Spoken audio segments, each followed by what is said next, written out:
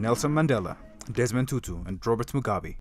Those are just a few notable names to mention that have had their education in the University of South Africa's illustrious 150 years existence.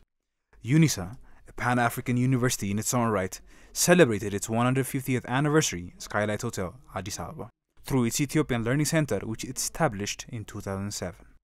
During the event, attended by high-level delegation from South Africa, ministers from Ethiopia and diplomatic community from Africa, Professor Puling Lenkabula, the university's principal and vice-chancellor, gave an opening speech and stated her proudness with the impact this institution is having in Ethiopia as well as the region.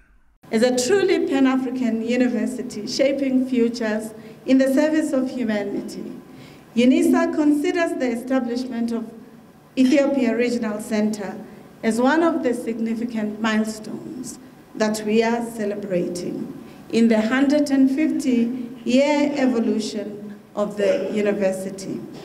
UNISA is also proud of the work and growth of Ethiopia Regional Center as a hub and its developmental impact in Ethiopia and in East Africa.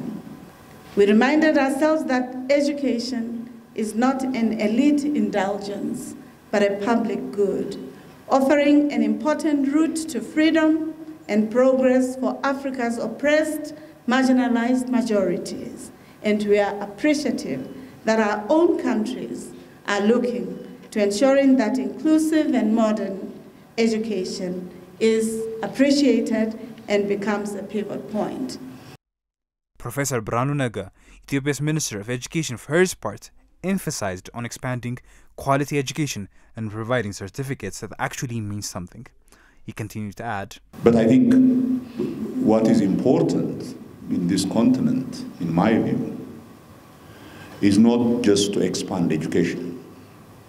It is to make sure we expand quality education. One of the things that we have not been doing very well is in the hope to increase, to broaden access to education. We have played footsie with the quality of education, and that actually is hurting us more than anything else. And we in Ethiopia have seen this, and we have taken as our primary responsibility to actually ensure that we provide a diploma or a degree that means something, that indicates some meaningful education that can contribute to a country's development.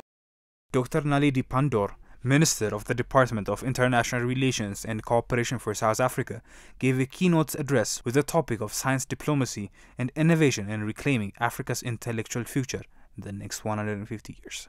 So I think it's vital that we begin to become better at looking into the future and really starting to shape an African continent, a set of African countries that have within them the ability to really help us to create a very different world.